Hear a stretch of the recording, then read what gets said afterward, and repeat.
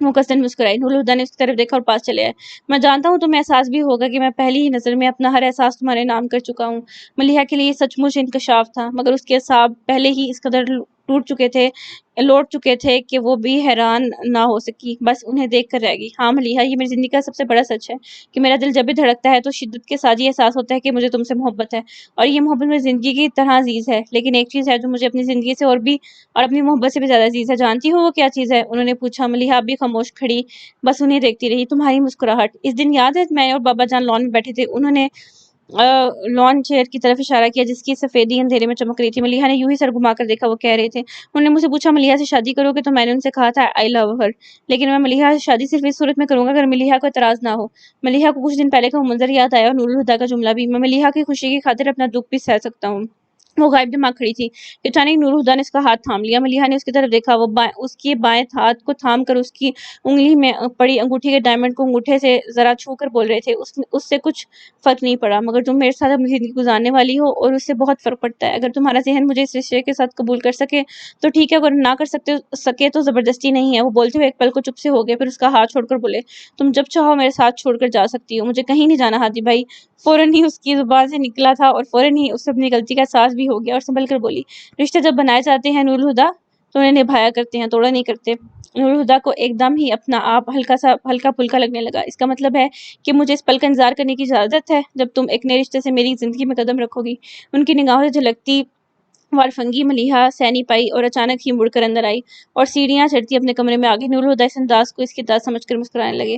Science کہتی ہے کائنات میں موجود ہر شے کی بنیاد اکائی ہے۔ ہمارے جسم کو ہی دیکھ لیا جائے، لاکھوں کروڑوں خلیوں سے بنا ہمارا جسم۔ مجھے لگتا ہے یہاں پہ ختم کر دینا چاہیے۔ آج کی جو ایپیسوڈ ہے وہ یہیں پہ ہی ختم ہوتی ہے، تو جو نیکسٹ ایپیسوڈ ہے وہ کل آئے گی۔ تب تک کے لیے چینل کو سبسکرائب کریں، لائک کریں اور بیل آئیکن دبا لیں۔ تب تک کے لیے خیال رکھیے گا۔ اللہ حافظ۔